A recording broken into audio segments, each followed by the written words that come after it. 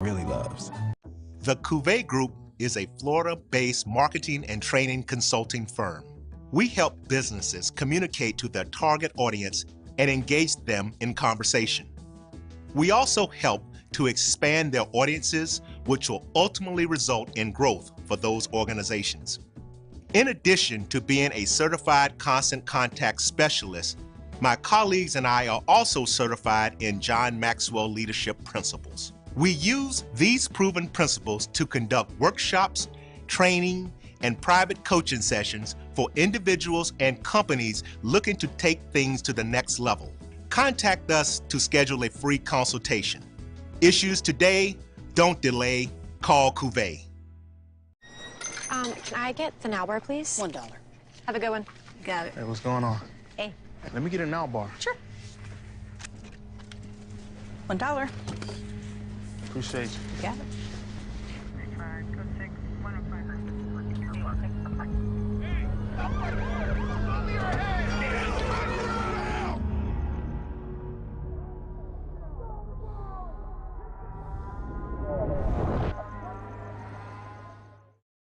When times get dark, we can't see the help that's all around us. Let 211 be your guiding light for mental health and other resources. Call 211 or visit 211.org. One bite of 100% Angus beef ballpark frank, and you'll say,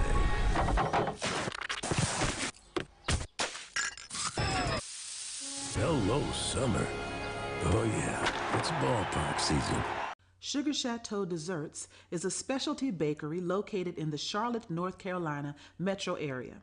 We will create delicious and one-of-a-kind treats for any occasion. Sugar Chateau is currently shipping cakes in a jar, offering a variety of different flavors in a single-serve container that can help you celebrate in accordance with social distancing. Place your orders today by calling 803-526-7895 or visiting sugarchateaudesserts.com. This is Carlos Brown, letting you know that we're on the move. You can now catch the Carlos Brown Show beginning this July on the Black College Sports Network each and every Saturday from 11 to 1 Eastern Time. That's 10 to 12 Central Time. Same time, new place. On Facebook at the Carlos Brown Show and Black College Sports Network. Online at www.mybcsn.net and on the BCSN app available on Google Play and the Apple App Store. At Hampton Law, our primary goal is to provide non-traditional yet effective solutions and redefine the approach to client legal concerns.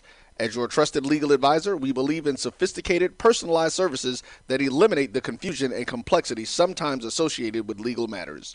Our high standard for client care and concern, coupled with our extensive legal knowledge and skills, make Hampton Law a resource focused on the protection of the client's interest and overall goals. We value our clients and truly enjoy working with them. Visit thamptonlaw.com to conveniently schedule an appointment online. Tamika Hampton Esquire, 1631 Rock Springs Road, Suite 336, Apopka, Florida, 407-494-1471. thamptonlaw.com. This is Brian Fulford. A.D. Drew and I are co-hosts of the BCSN Sports Wrap. We talk about all things related to HBCU athletics. From the games, teams, coaches, and fan interest stories, we cover it all. You can find our shows on Facebook at BCSN Sports Wrap, YouTube at MyJBN Online, and everywhere you listen to podcasts like Anchor, Spotify, Google, and Apple Podcasts. You can also find the show on the Jericho Broadcast Network's app. Make sure to download. We look forward to you joining the conversation and being a part of the show.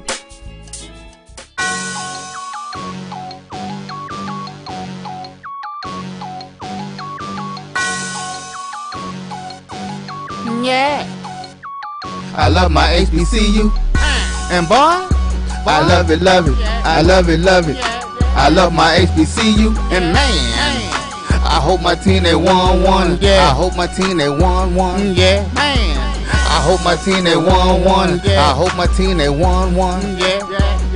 I tune into the HBCU Sports Lab to see if my team won or lost. If they lost, I'm quiet as a mouse. But if they won, keep tab. I'ma do the dab, yeah. Dr. Cavil, he know what he be talking about. Mike and Charles, they know what they be talking about. They compress the analytic data with this hip hop. If you know them like I know them, they gon' tell you if your team, if they wanna lose, and who the ball, So listen to Professor, yes sir, and pay attention, cause he gon' teach a lesson.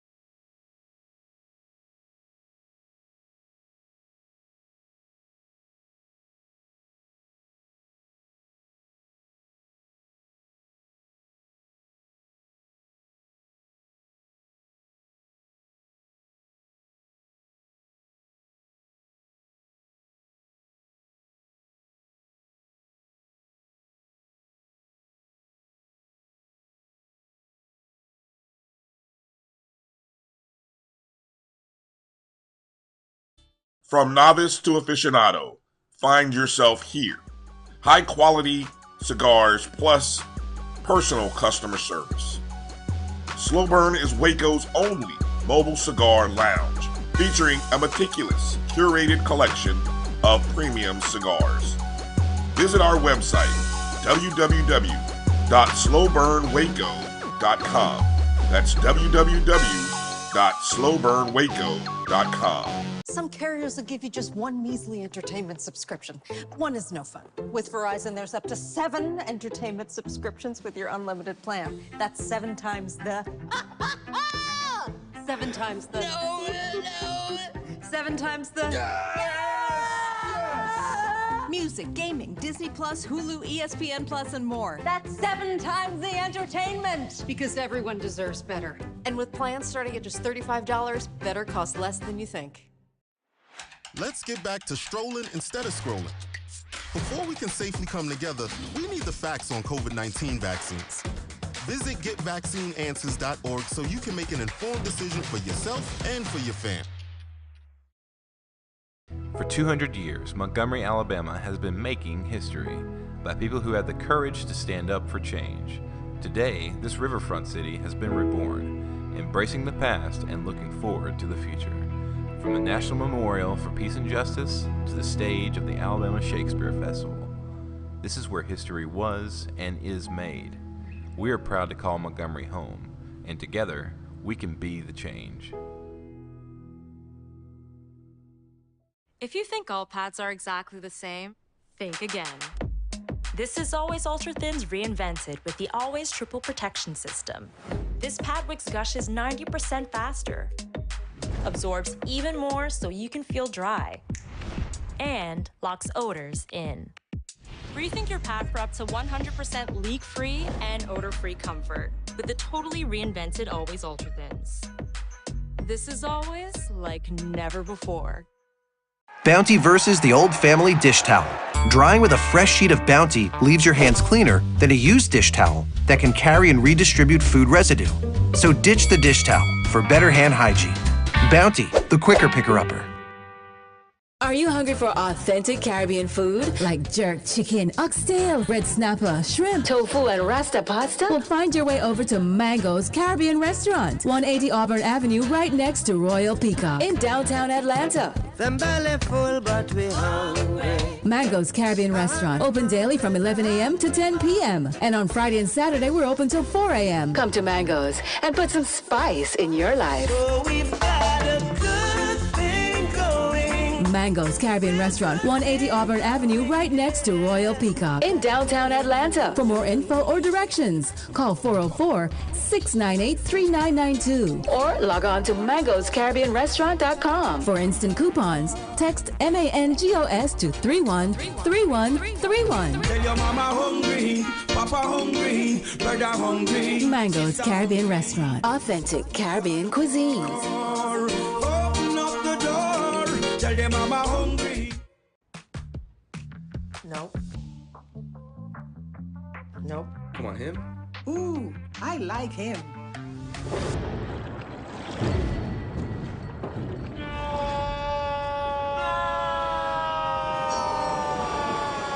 Quick, the quicker picker-upper. Bounty picks up messes quicker, and each sheet is 2 times more absorbent so you can use less. He's an 8. He's a 9. Bounty, the quicker picker-upper. Supermarket sushi, really? No. Wait, Troy, you work here? I'm never not working. Like Head & Shoulders Scalp Shield technology, up to 100% dandruff protection, even between washes. Never not working, huh? Oh, Troy, you're such a good teacher. Yeah, I know. Never not working. Never not working. Never, ever not working. Are you serious? Never not working. Dandruff protection that's never not working. Head & Shoulders Scalp Shield technology. It's never too early to plant the seed, to share the tradition, and instill a sense of pride in your HBCU with your little ones. HBCU Pride and Joy Children's Boutique helps you share your school spirit with a wide selection of adorable kids' apparel and accessories officially licensed from your favorite HBCU. Visit hbcupridejoy.com and follow us on all social media at HBCU Pride Joy on Facebook and Twitter. Stillman College is an HBCU in Tuscaloosa, Alabama, where we prepare students for a different world. Stillman is a college of distinction for last year and this year. Our largest majors are business and biology, followed closely by psychology, criminal justice, and history for the pre-law, communications, English, and religion. Our newest degree programs are in the Department of Computational Sciences, which covers cybersecurity, data analytics, and math. The Biomedical Academy prepares students for competitive entry into health professions and graduate programs. We have established summer biomedical research internships with major research institutions, such as the University of Alabama, Drexel and Temple Universities in Philadelphia, the Salk Institute in San Diego, California, and the universities of Florida, Indiana, and Iowa. We became creative with social distancing and masks for the pandemic. Our students enjoy movie nights at the stadium and the new Melissa and Davis Legacy Courtyard, where you can eat and enjoy friends. We have the Divine Nine Greek letter organizations, student government leadership, and ambassadors. Our small class sizes, nurturing faculty, and friendly environment let you know that Black Lives Matter at Stillman College each and every day. Applications are free. Sign up at discover.stillman.edu. Complete the contact card and apply today. Stillman College, where we prepare students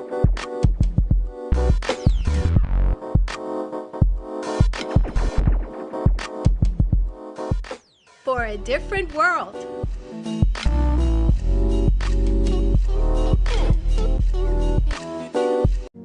Press the analytic data with your hip hop. If you know them like I know them, they gon' tell you if your team, if they want a lot, and who the ball.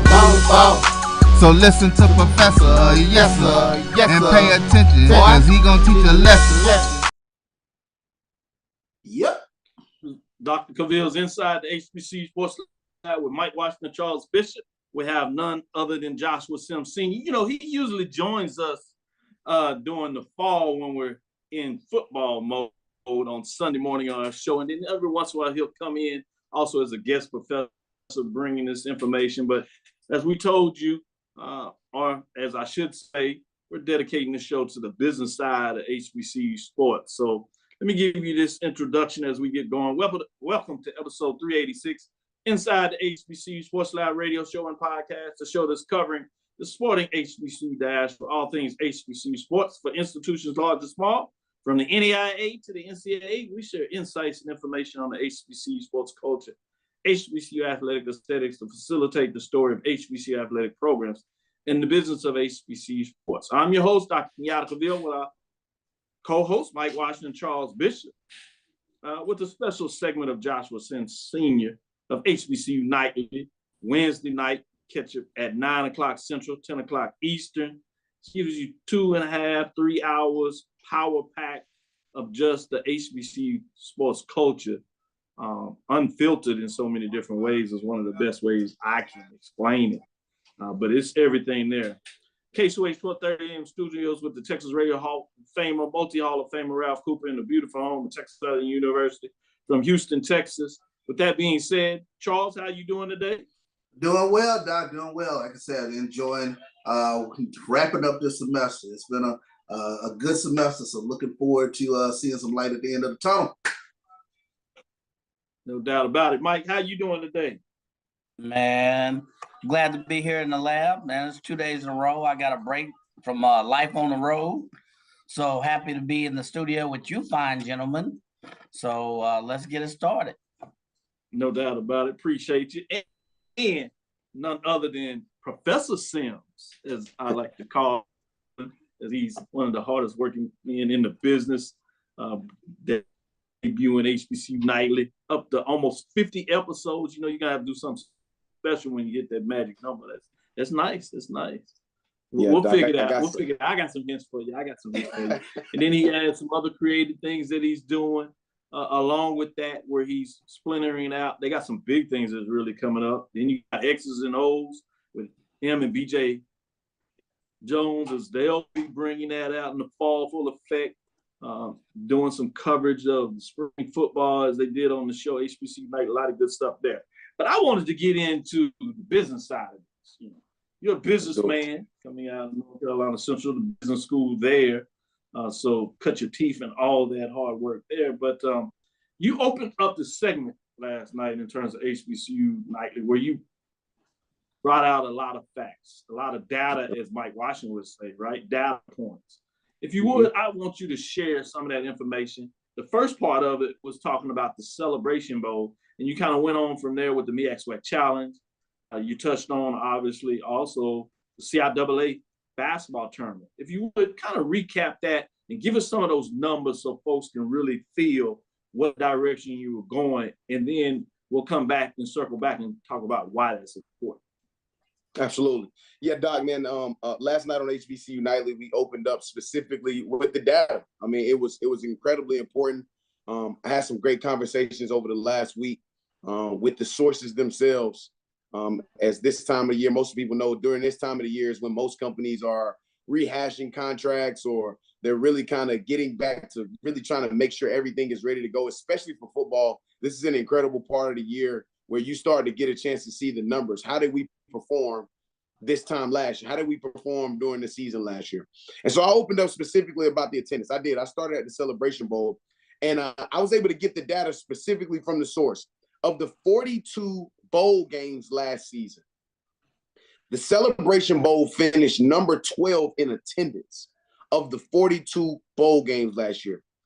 But if you remove the finite part of that, is if you remove the college football playoffs and the Rose Bowl and things that bowl games that have just been around a very, very long time, we finished number 5 in all of the remaining 37.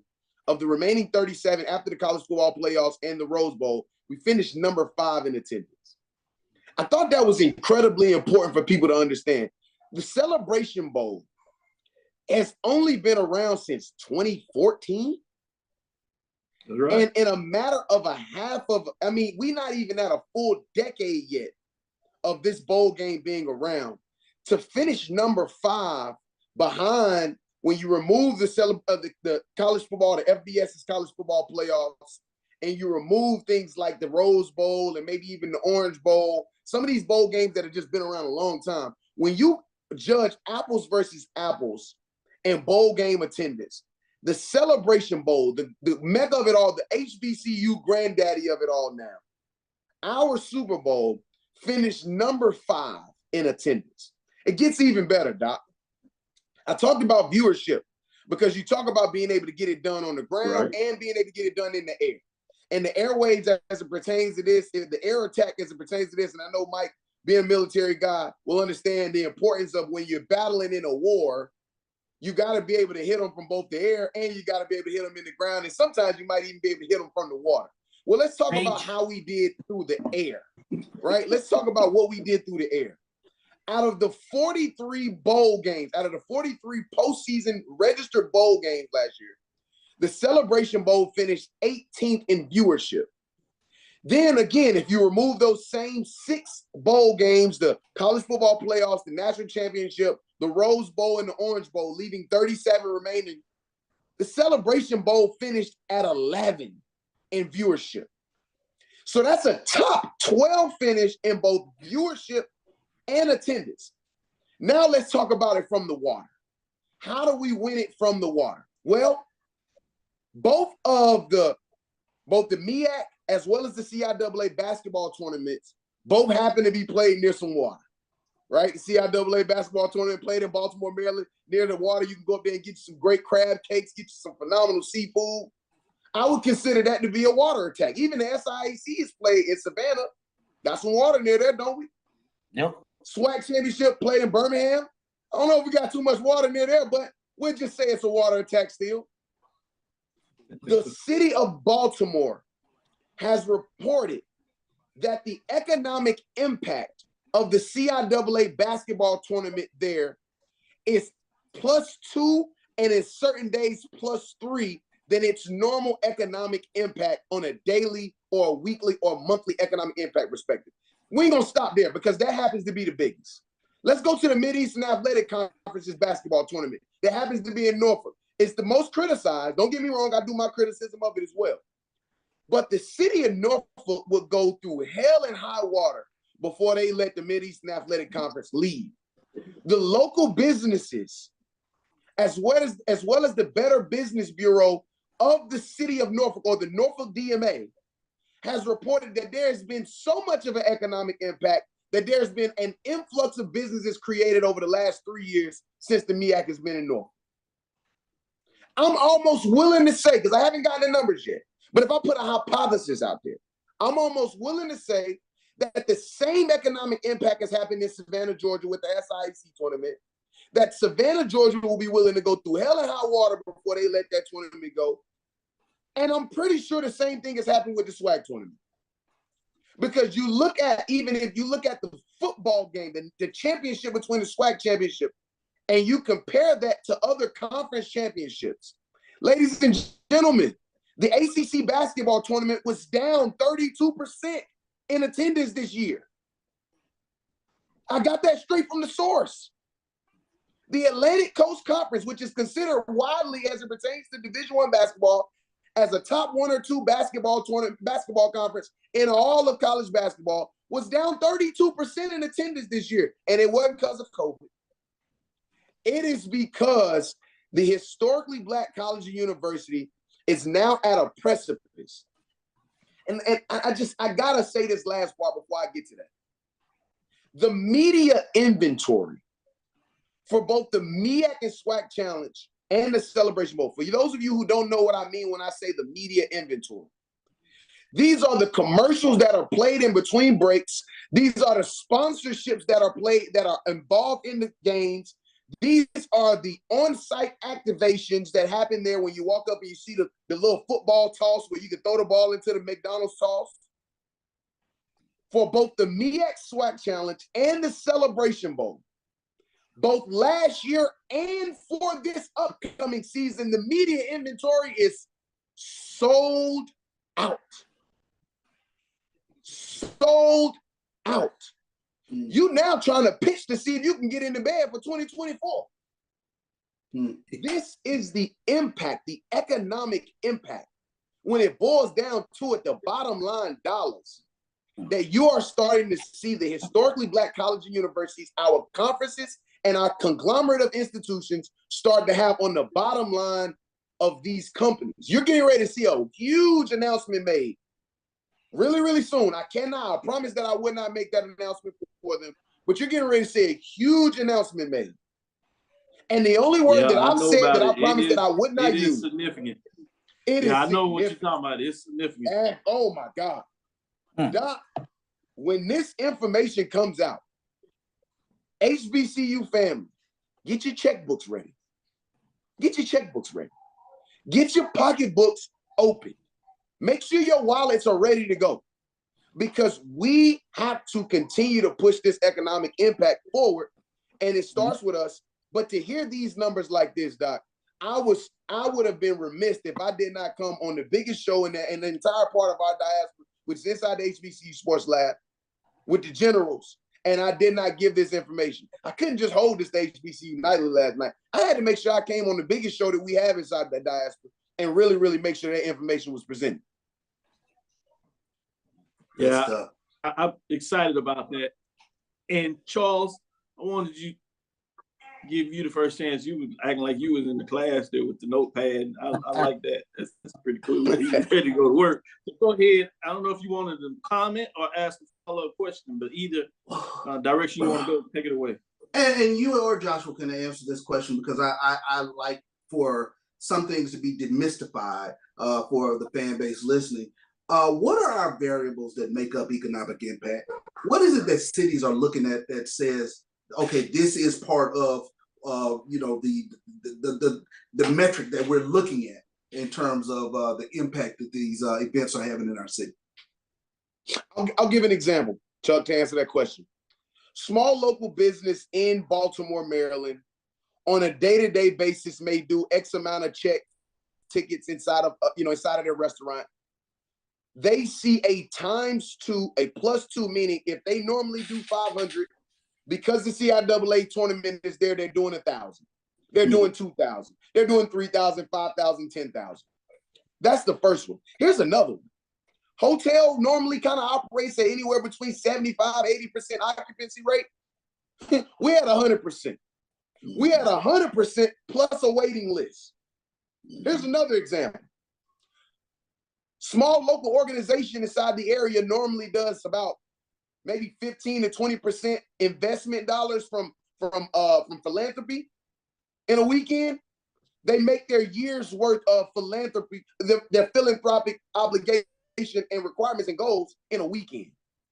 That's the type of stuff that North Carolina Central, I'm hearing estimates of numbers around $3 million made in a weekend from the Celebration Bowl from alumni giving. Come on, man. These are real deal numbers. These are things that you can take to the bank. These are hard dollar numbers. And the economic impact that it has on a small local business is huge. You show that type of economic impact, you now have the ability to go to a bank and say, look at what we can do year over year. This changes your bottom line figure. This changes the caliber of a company you're considered to be just because you had a 2 to 3 to 4 times X weekend due to a historically Black colleges and universities conference tournament being in your town. You're saying they look at the receipts, tax dollars on the meals that you get that are going to restaurants, as you talked about the small businesses, which include restaurants. You look at also rentals, car rentals, obviously the taxi cabs. Now, when you're talking about Lyft and Uber, they factor those costs in there as well in terms of that. The number of folks that are coming into the city from the airplanes in regards to what those look like, what is the percentage of capacity of flights that are coming in, and how they increase. So those are some of the other ways they look at impact as well. So this they typically break it out into 3 buckets from what I recall, and it's direct, hotels, restaurants, retailers, transportation. So you got taxis, you got Ubers, whatever. You got indirect, goods and services. So you got small businesses, medium-sized business, restaurants, and then you have what's known as induced, and that's general people spending. There's also another one that they factored in, and they call entertainment expectations. So the entertainment factor that goes into that hasn't been a traditional consideration, but lately in some of the latest models, they're starting to look at that entertainment factor as well. So that economic impact number, this is a number that we can attach to the brand value of the event itself or to the schools participating in the event. Yes, Both sir. of Absolutely. That's exactly what you want to attach them to, is the brand impact and the conference institutions. Go ahead, Josh. What did you want to add in addition to? No, it just further helps us to be able to create a value-based assessment of our institutions and our conferences. Everything is based off of value. And then this goes to tangible numbers, right? That sales and use tax that happens inside of a municipality or a government, that local sales and use tax that happens, right? Whether it's here in North Carolina, we're at 7.25% sales and use tax, right? So when it's all said and done, if you get a shirt that's $10, put 7.25% on top of that 10, and that's what you're going to end up paying. That's the amount of money that goes back to the Department of Commerce here in the state of North Carolina that helps us to fund different things, right? When you look at that and you are an institution like our institutions, and you can say, we have generated by us having our tournament here. Yes. We have generated X amount of dollars in taxable funds. Lord have mercy. Yeah. See, this goes to one of the things that I love. This is one of my favorite lines from Jay-Z. I don't even know if Jay was the first one to say it, but men lie, women lie, numbers don't. Yeah. There is a lot of contracts that are on the line right now. My favorite line is there's some network contracts that are on the line right now. There are some cities that are vying, that are praying and hoping and wishing that they can just get a slice of this pie because of how impactful it is. Listen, no FCS conference gets played on the major networks more than HBCUs, and there's a reason why. Look at the economic impact. Look at the viewership. Look at what this does. The city of Atlanta would be foolish to let a top 5 bowl game leave its town. Exactly. There it is. Last one. Let me let you, Mike, come here with a follow-up statement or question to Josh before we go to our first break. No. Tremendous data points, man. I love the way you built that up. One question, I got into a conversation from one of my neighbors. He's an avid supporter of the SEC. And we had this very same discussion. His point was, and I brought up some of this because we talked about it. His very point was number one, you had Jackson State, you had North Carolina Central. If you switch those two, and let's say it's a Grambling and a Mississippi Valley, would you still have that impact? And I said, well, look at what's done in the Cotton Bowl. It doesn't matter what team. You don't look at which teams are playing. Those teams are going to bring some kind of crowd. So number one, it would be, I guess, partly biased if you do that for the one HBCU bowl. And number two, historically, the numbers of this bowl celebrate don't do anything but demonstrate progressive increase over the last 5-6 years, no matter what team's playing. Would you agree? Would your numbers support that? Absolutely. And there's variables to be able to support it, right? If you for most of us who attended the Celebration Bowl, you saw two things in particular. The first thing you saw in particular, you did see a large influx of fans for those institutions that were participating in the Celebration Bowl, right? You saw a lot of North Carolina Central fans. You saw a lot of Jackson State fans. You saw the fans. This is the other point I brought up. I'm sorry, I don't mean to interrupt, but this is the other point I brought up. Here's the other variable that I know Big Brother Mike is really going at. You saw a large influx of fans that had nothing to do with the actual participation in the Celebration Bowl. You saw Fort Valley State. You saw Fayetteville State. You saw Morehouse. You saw Spelman.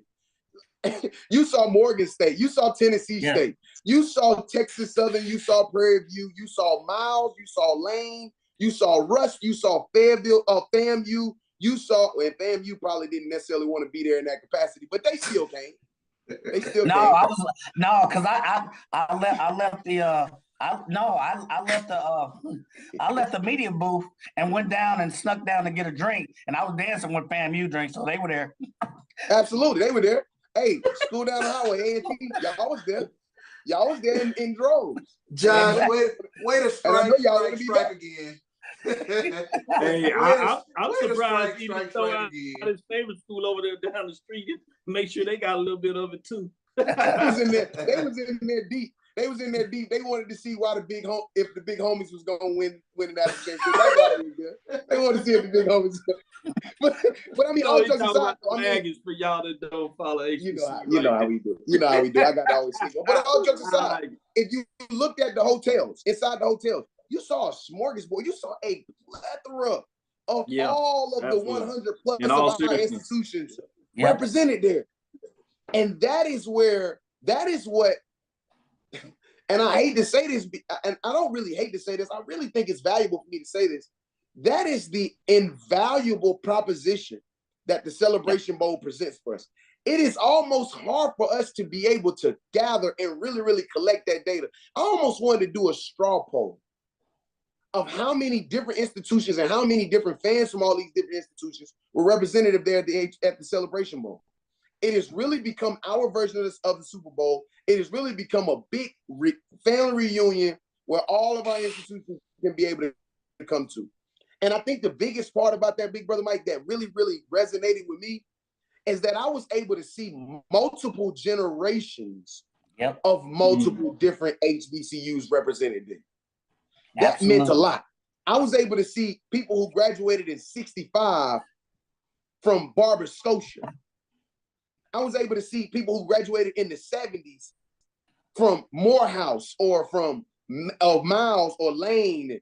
I was able to see people who graduated from the 80s from Bethune-Cookman University or St. Aug or Shaw. I mean, this was an absolute amazing experience that then became quantified by the numbers themselves. Yeah, I think you would love to see the event become team proof. I think, like you were saying in your Cotton Bowl example, that the event itself, regardless of who comes, it is that variable, that economic impact variable that you kind of take a look at, that I think is fascinating. So that's great stuff, Josh. Yep. Appreciate you for sharing that, Joshua. Great work that you're doing. Continue to do it. Continue to bless us with the HBCU night there on Wednesdays. I know there's going to be a special show this week with the NFL draft, looking at HBCU players that will be drafted.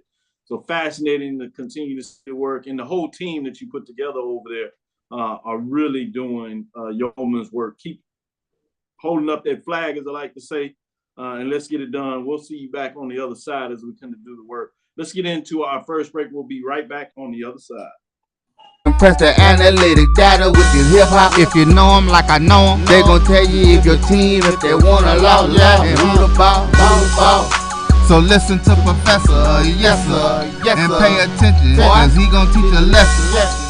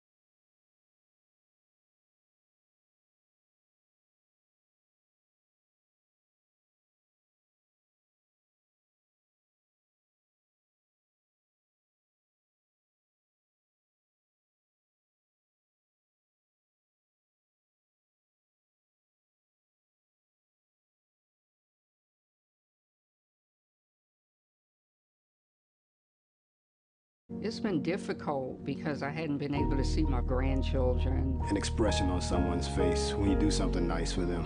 I miss all my friends in school. Visit getvaccineanswers.org so you can make an informed decision about COVID-19 vaccine. Press the analytic data with your hip hop. If you know them like I know them, they gon' tell you if your team, if they want to law, and who the ball. So listen to Professor, yes sir, and pay attention, cause he gon' teach a lesson. Dr. Cavill's Inside HBCU Sports Lab. Welcome to episode 386 Inside HBCU Sports Lab radio show and podcast. The show is covering the sporting HBCU dash for all things HBCU sports, from institutions large and small, from the NEIA to the NCAA. We share insights and information on the HBCU sports culture, HBCU athletic aesthetics to facilitate the story of HBCU athletic programs in the business of HBCU sports. I'm your host, Dr. Kenyatta, along with my co-host, Mike Washington Charles Bishop, filming from our home studios and sending a signal live at KSOH 1230 AM studios with the Texas Radio Hall of Famer, multi-Hall of Famer Ralph Cooper, in a beautiful home at Texas Southern University from Houston, Texas. You know, I was so excited to make sure we got into the business side of sports. I didn't really give an update there, so I wanted to make sure we do what we do. I already asked you how you're doing, so I want to ask you, Charles, in terms of some HBCU news. I know you wanted to stay on this refrain in terms of the business and talk about some other business notes that are out there for Tennessee State. Go ahead. Well, great article on HBCU Game Day by Stephen Gaither. A new stadium for Tennessee Titans of the NFL would save Tennessee State University a whole lot of money. So Tennessee State, which plays its games at Nissan Stadium, which is the home of the Tennessee Titans, now has an opportunity to save money. When you take a look at the article, and this is coming from Eddie George, the cost for renting the stadium at Nissan Stadium is $200,000. That cost will be alleviated thanks to the new deal between the Titans and the city. And so this is coming from President Glenn Glover. Right now, Tennessee State pays $200,000 per game. So she's saying they would save $200,000 as we play 6 games. And if we choose to not play at the stadium, TSU will get $150,000 per game, which means savings up to $900,000 per year. So significant news coming out of Nashville. Yeah, it's big time news. It's fascinating when you talk about the fact, one, that now they're going to be able to save some expenses, which is also benefit when you're talking about obviously the ledger of profit, expenses in the business ledger, with revenue coming in as that gets going. But then I was fascinated to say that, they have the ability to do 6 games, but every game is almost like a buyback program. Every game they do not play there, they get $150K, so that can be up to $900K, almost $1 million. So in some cases like that, I always question is like, do they want us here or not? I want to say, why would I want to play over there now if I get a little rebate back? Everything will be at Hale Stadium. Yeah. They got to do some renovations to help, but maybe they can use some of that money when they save from a game or two to help renovate over a period of time, where then you can maybe increase to have multiple games really on campus, to the point where you only have your big games, whether it's homecoming, maybe obviously the opening football game, the John Merritt Classic, which is Labor Day weekend, or other classics that you may create. You have those over there where you can get those capacity crowds. So it's going to be kind of fascinating how that goes. Mike, did you have any thoughts in terms of that as you do some of your data components before you bring in some other news reports that are out there that I know you wanted to touch on? Any thoughts on what you just heard in terms of Tennessee State? Yeah, so I guess it touches on what, this last minute or two of conversation. You always have cost gained, and then cost lost, So by doing this deal, it appears you gain some stuff, but, what about the games you don't play? How much are they losing?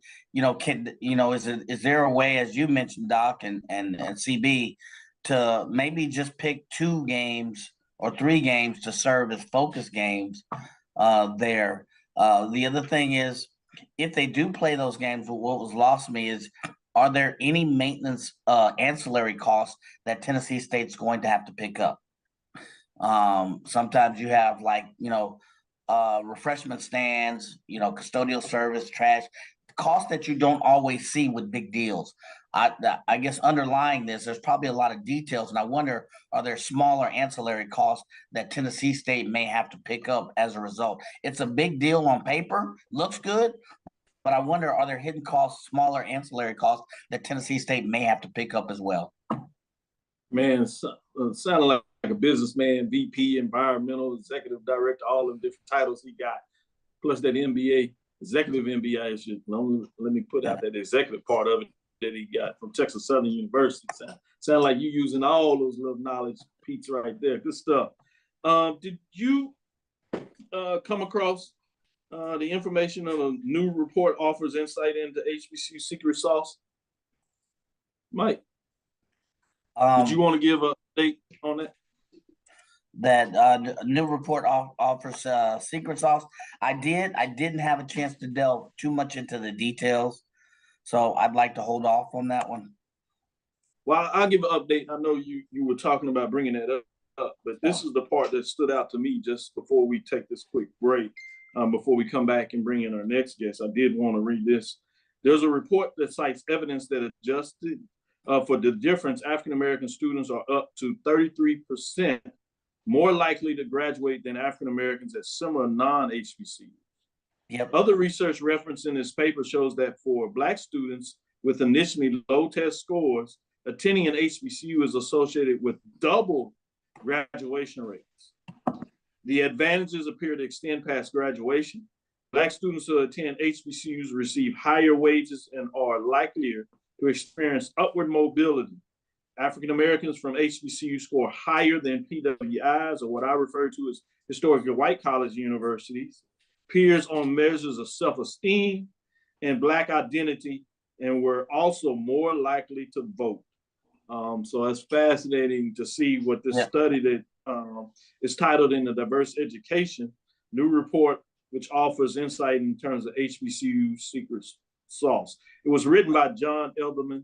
And again, you can get this on Diverse Issues in Higher Education, where you can read the full article in regards to the study that was taking place. Let's get into our second break. We'll come back right back on the other side. One thing real quick, Doc.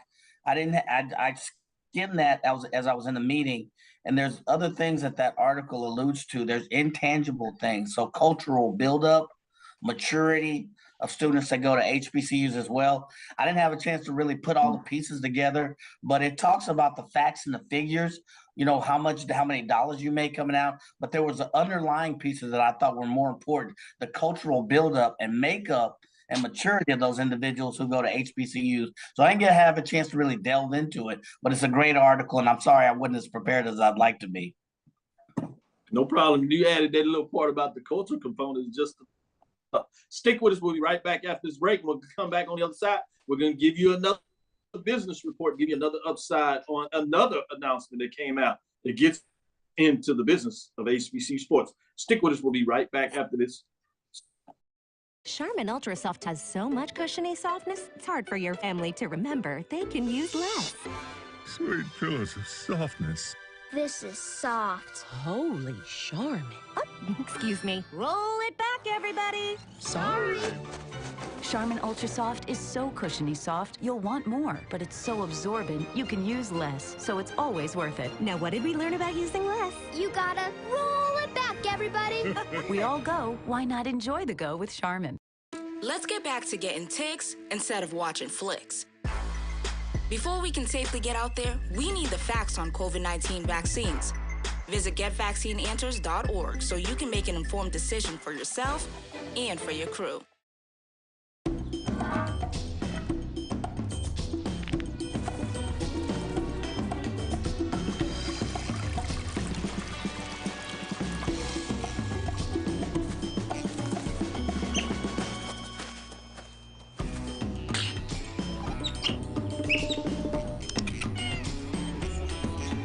For 5-star backyards, Yellowwood brand pressure-treated pine. If it doesn't have this yellow tag, you don't want it. Maureen is saving big holiday shopping at Amazon, so now she's free to become Maureen the Merrier. Food is her love language, and she really loves her grandson. Like, really loves. The Cavil Group is a Florida-based marketing and training consulting firm. We help businesses communicate to their target audience and engage them in conversation. We also help to expand their audiences, which will ultimately result in growth for those organizations. In addition to being a certified constant contact specialist, my colleagues and I are also certified in John Maxwell Leadership Principles. We use these proven principles to conduct workshops, training, and private coaching sessions for individuals and companies looking to take things to the next level.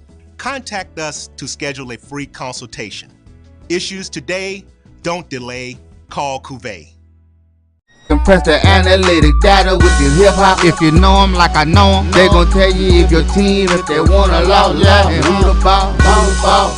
So listen to Professor, yes sir, and pay attention, cause he gon' teach a lesson.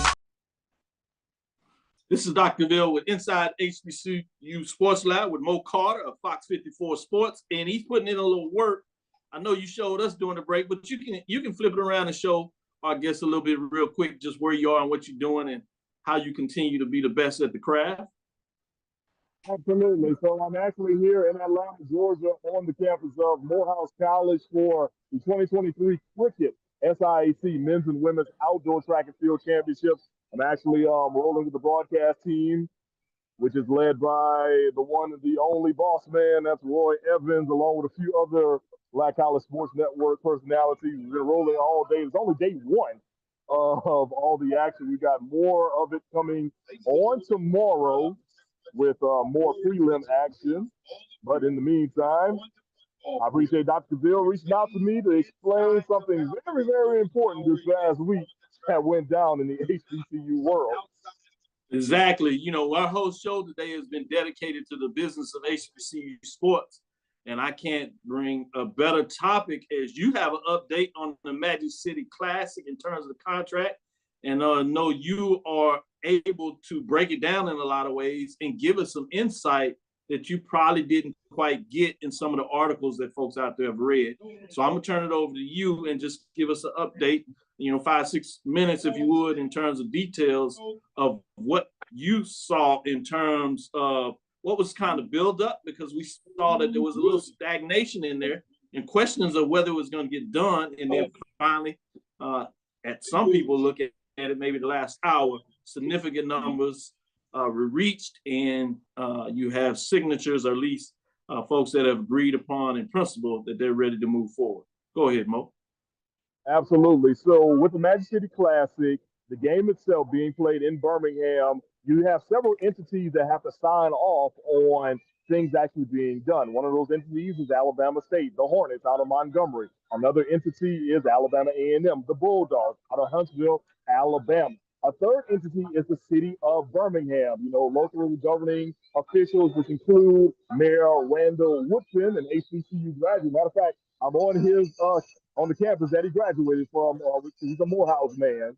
And then on top of that, there's another entity which, has changed a few times through the years or whatever from a marketing standpoint. It used to be Bruno Events. Now it's more of the Alabama Sports Council. So they are the main entities when it comes to making the game actually happen.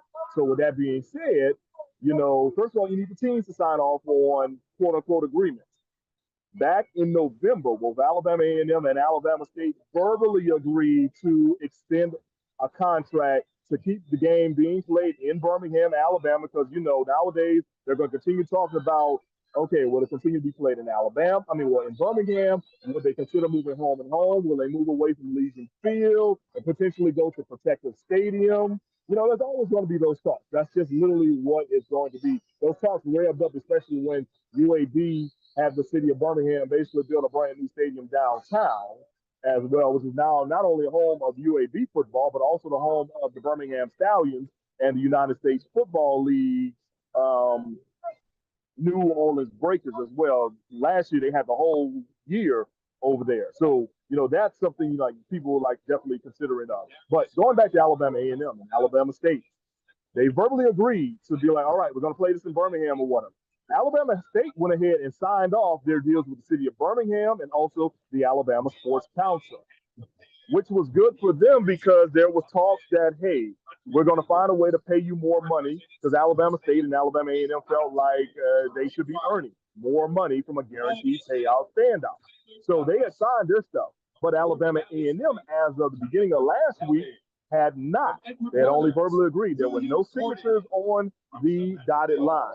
I talked to Dr. Paul Bryant, the athletic director of Alabama A&M, after their banquet on Monday, and he couldn't tell me as much as clearly there's litigation that goes into it. And Dr. Cavil, you talk about how there are only certain things that can be talked about when certain signatures have not been signed or certain presented. It almost becomes he say, she say until it's finally signed on that dotted line. Well, come Tuesday, Alabama A&M signed their agreement, but their agreement was only with the city of Birmingham. With that being said, that means that the game was going to be able to be held in Birmingham for an additional 4 years. For Alabama A&M, that means that they were going to also get a payment of $500,000 from the city of Birmingham alone, which is a great increase from, I think, the $375,000 they got last year. Now, here's the thing that's waiting in the wind. The Alabama Sports Council had put in their terms that they're willing to pay at least $700,000 if Alabama A&M signs the deal with them as well, which would bring their total to a grand total of $1.2 million per team, which, let's be for real, that is unheard of with most HBCU classes. It really, really is, especially for a classic like Magic City that's been going on for such a long time. But right now, that signature is not happening from Alabama A&M because there's some other language in the contract that Dr. Daniel Wims, the new president of Alabama A&M, and Dr. Bryant, the Alabama A&M athletic director, want tweaked just a little bit. It's kind of one of those you read between the line things. Honestly, I think it's more so they probably want a little upper hand on, hey, let's say Legion Field is not up to standards in 2 years or something. I think they want to change that language to possibly see if they can change some other things when it comes to the playing area, for example, because I feel like that's the odd man out in the whole scenario with Legion Field because clearly there's not much money going into that old gray lady anymore. So that's what I personally think with it or whatever. Clearly, we're going to get more details on that. But when you look at anything in between, you really have to think that Alabama A&M wants to tweak some things for the future. And it kind of makes you wonder, will this current deal being played at Legion Field go to 2026 like it's originally stated? Right. After we see more changes in, I don't know, maybe a year or two? Because another thing that I've come to learn is that some folks in Birmingham have been trying to get Legion Field to be listed as a historical monument. If you can get that, then you get federal money to upgrade it all the time. Right now, the city of Birmingham is basically upgrading it the best way it can because they look at Legion Field as like a city park to where you only need to make the minor adjustments. But for anybody that's been to Legion Field, look, it served its purpose. And I mean, if you're not about to refurbish it any other way, you got to go somewhere else with it, in my opinion. Your attention, please. Great point. Great point. Mike, let me let you jump in here. As you hearing all those data points, I'm sure that you have some comments or questions that you want to ask. Yeah, the complexities in the contract in and of itself. It seems that Alabama A&M is leveraging that for the future, the next 2 or 3 years. All right. And if I heard you correctly, Alabama State is good with the as is. Is that correct? Correct. Because Alabama State signed the contract, I think, back in January, if I'm not mistaken. Right. So those complexities, they're very minor. But the other thing is, I didn't hear a lot with the intangibles of that as well. You get, all right, you play here, you get X amount of dollars. Very good, very lucrative. But are there any other things from a leveraging standpoint? Who's paying parking or who's paying this ancillary terms that normally come with a game day event? Are those addressed in the contract as well? And if so, are they split or? Yes, the ancillaries are still pretty much the same like they've been for a number of years. The schools get X amount of hotel rooms. The schools get, X amount of meals and several other things within the city of Birmingham. That actually, a lot of that comes with the Magic City Classic also is a help because of the SWAC being located in the city of Birmingham as well. So, Dr. McClellan kind of be like, well, hey, remember, y'all promised this to us, so clearly we're going to make sure that you guys hold up your end of the bargain and deal. And then there are some other things that clearly you would have to really deep dive, but think about it. It's the McDonald's Magic City Classic presented by Coca-Cola. You don't think McDonald's and Coca-Cola are just putting their names up there without putting, money up front to make sure that they're being taken care of in that situation and that scenario. So clearly somebody's paying those bills, and I'm pretty sure, they've got a pretty good deal with the ancillary things as well. But definitely a good question with that, Mike. But for sure, your ancillary is being taken care of by somebody, and it's been being done for a very, very long time. Because look, let's be for real. It is a huge weekend in the end of October in the city of Birmingham because of Magic City Classic, and of course falls on Halloween weekend as well. So it's almost like you get a holiday in that situation. So those hotel rooms are about to go up like that anyway. That's the other thing. The hotel room's going up. So yeah, good stuff. Charles, let me let you jump in here and give your thoughts or questions that you have. Yeah, Mo, I kind of wanted to follow up on something that you had mentioned, because I was curious about just the future of the Magic City Classic in the facility like Legion Field, especially when you have other facilities there in Birmingham. But just the importance of playing the Magic City Classic in this facility. And for a lot of us who grew up outside of the bubble of the Magic City Classic, funny, Magic City Classic was always on the weekend when Jackson State and Southern played. So I didn't really get a taste of it until, post my post undergrad years. But just the significance of playing that game in Legion Field. Well, I mean, the significance goes all the way back to the early 20s, 30s, or whatever, because similar to how what is now, the State Fair Classic, where, now we see Grambling and Prairie View play. But of course, I know back in the day, the HBCUs that used to play in that game, they were only playing because it was Negro Week. I think it was something similar for Birmingham as well. And at the time, you had two emerging HBCUs, looking for a good place to play. And Birmingham has just always been that place they've called home. And don't get me wrong, clearly it becomes a big spectacle for a whole lot of folks who either go to the game or outside tailgating. You got all these folks inside and all these folks outside. It also helps for that community that's around Legion Field, the people who are just trying to, make a nice honest dollar during that time. But clearly, if you were ever go away from Legion Field, there will be some big impacts. Clearly, I mean, that community around it definitely will be impacted. But so the new stadium is downtown. There's less parking, there's less of a tailgating thing. So those are logistics that they're going to continue to go back and forth with.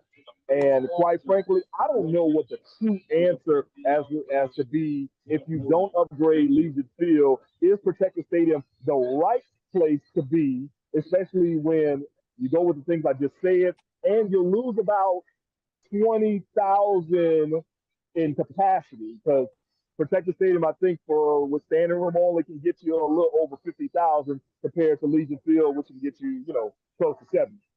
Mm-hmm.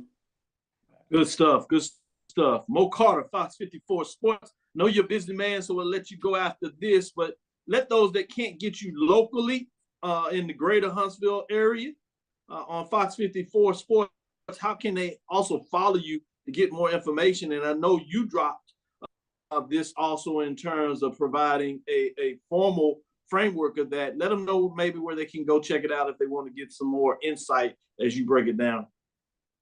Absolutely. You can follow me on Twitter at Mo Carter Fox 54, also on Facebook with the same name. I work for Fox 54 WZDX here in the Huntsville area. At least that's what I do 9 to 5. I don't want to say truly here because I'm in Atlanta right now.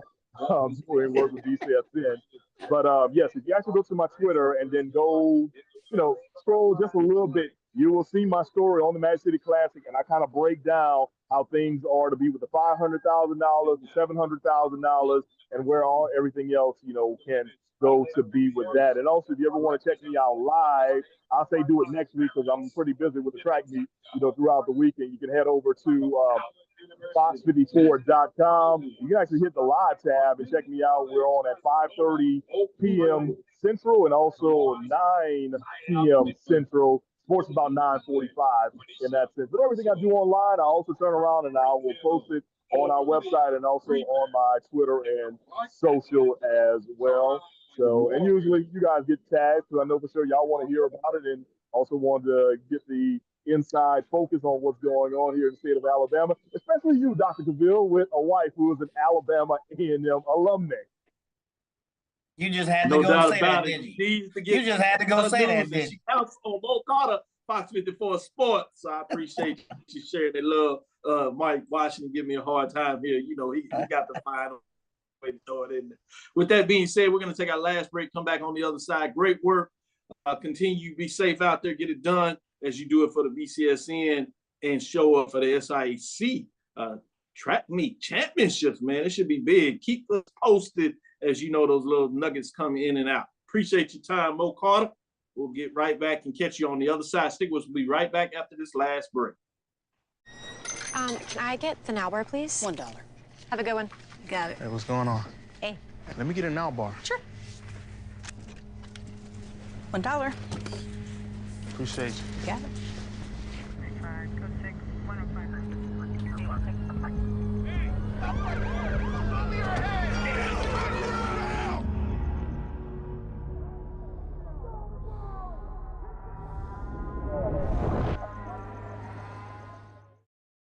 When times get dark, we can't see the help that's all around us. Let 211 be your guiding light for mental health and other resources.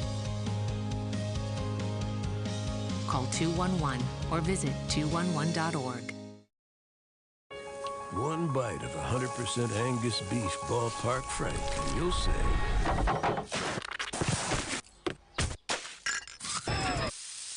hello, summer. Oh yeah, it's ballpark season. Sugar Chateau Desserts is a specialty bakery located in the Charlotte, North Carolina metro area. We will create delicious and one-of-a-kind treats for any occasion. Sugar Chateau is currently shipping cakes in a jar, offering a variety of different flavors in a single-serve container that can help you celebrate in accordance with social distancing. Place your orders today by calling 803-526-7895 or visiting sugarchateaudesserts.com. Press the analytic data with your hip hop. If you know them like I know them, they gon' tell you if your team, if they wanna law, and who the ball. So listen to Professor, yes sir, and pay attention, cause he gon' teach a lesson. How much? This is Dr. Cavil with Inside the HBCU Sports Lab with Mike Washington and Charles Bishop. Coming to a close, I did want to give one final little note, kind of nugget. It's in the frame of this business. When you're in that demand, you start seeing these things come up. You got the East Coast HBCU football class. The feature Grambling State and Hampton from HBCUsports.com gave you this news. This is great. Grambling State will play Hampton in the inaugural Brick City HBCU kickoff class at Red Bull Arena in Harrison, New Jersey. Kickoff is scheduled for September 2nd at 3:00 p.m. Eastern Standard Time. The class is designed to increase awareness of HBCUs while also having direct impact on the city of Norfolk through the awarding of scholarships, strengthening partnerships, and local economic development. Quote, Hampton University is appreciative of the invite to participate in the inaugural Brick City Classic and the opportunity to face another legendary HBCU program in Grambling State University. This will be a great weekend for alums in the New York, New Jersey area to be a part of this prestigious class and reconnect with fellow Hamptonians and support our football team over the Labor Day weekend, said Hampton President Daryl K. Williams. And so that gives you some insight there. You also get your comments from the coaches. But with that said, it's going to be fascinating because, you know, you had the Michael B. Jordan basketball class that had like 12,000 fans there earlier. So the power punch in the businesses continues to show HBCU on the business side. Any final thoughts from you, Mike, in just terms of the business components in general? HBCU sports seems like things on the upward trajectory and going really well. Yeah, I think you hit the nail on the head with the upward trajectory. I like the exposure. You're bringing Grambling, to play, in New Jersey. What does that do for exposing the west side of the SWAC to the East Coast? I always joke around and say, it's East Coast bias. You hear a lot of East Coast schools. So having a Grambling play a school like Hampton, and if you could leverage it right, publicize it, market the event, I think it has nothing but upswing. So I like the thought of bringing someone from Louisiana all the way up, to New Jersey. I'll say just the Northeast Boardwalk. I don't think if you do it right, as much as I travel up there, I don't think you'll have any problems with support. You'll get some folks going there and have some interest. So I think there's nothing but upswing with this event. Charles, what are your thoughts? Well, I think, as you mentioned, there's been a tremendous thirst for HBCU athletics, as we saw last year with the game that was played in Yankee Stadium. So this is a great opportunity for Grambling and Hampton to, again, introduce their brands into this part of the world that is very well known with Grambling and Hampton as well. So looking forward to this game being played in New Jersey. Good stuff. Last thing I got here is Bethune-Cookman unveils plans for the new football practice facility. From HBCUsports.com, Bethune-Cookman football program has unveiled plans for a new facility that will be ready in August. The plans include new practice field, locker room, laundry facility, and storage space with the cost estimated at $5 million, a little over $5 million. Quote, extremely excited, end quote, BCU Athletic Director Regis Thesis said Saturday during a groundbreaking ceremony, quote, I'm almost excited to have Coach Woody to be our football coach. It's an amazing opportunity for us. It is an amazing opportunity for him. It's something that hasn't happened here in a long time. I really believe it's going to change the trajectory of the football program, end quote. Last thing here is the synthetic turf field will be cost almost $800,000, interim university president Lawrence Drake told the Daytona Beach News Journal. After the goalposts, the fencing, and other necessities, the practice field will cost $2.5 to $3 million, the newspaper reported. So that's just our final news update we want to do, and that will do it for us. This is Dr. Cavill's Inside the HBCU Sports Lab. I hope you enjoyed the framework they brought to you, giving you a little bit of that business side that we always talked about, and thought it was a perfect time to bring it all together. I want to say thank you to our guest, Joshua Sims, Mo Carter, and that's Joshua Sims, Sr. Thank you for listening to Inside the HBCU Sports Lab. Make sure you share our podcast with your friends and colleagues. I am Dr. Kenyatta Cavil, the Dean of HBCU Sports, coming from inside the lab in the College of HBCU Sports with Mike Watch and Charles Bishop. Again, I hope you enjoyed our guests. Again, I want to thank you for listening to Dr. Cavill's Inside the HBCU Sports Lab with Mike Watch and Charles Bishop every Tuesday and Thursday at 6 o'clock Central Standard Time.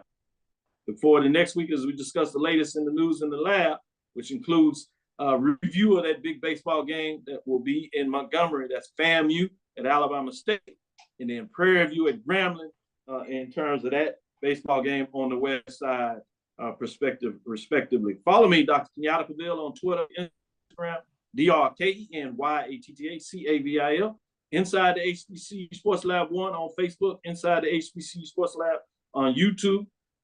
With that, make sure you think about the Gulf Coast Athletic Conference as they're in Jackson, Mississippi, getting it done in terms of some of those matchups. Go check that out. Big games as you started today, but it really gets the good action as you come out of there with Russ having the #1 seed. It'll be interesting to see what that looks like. Dream big, continue to move forward. We will talk with you soon. Charles? Of course. Mike? Lecture. Dismiss.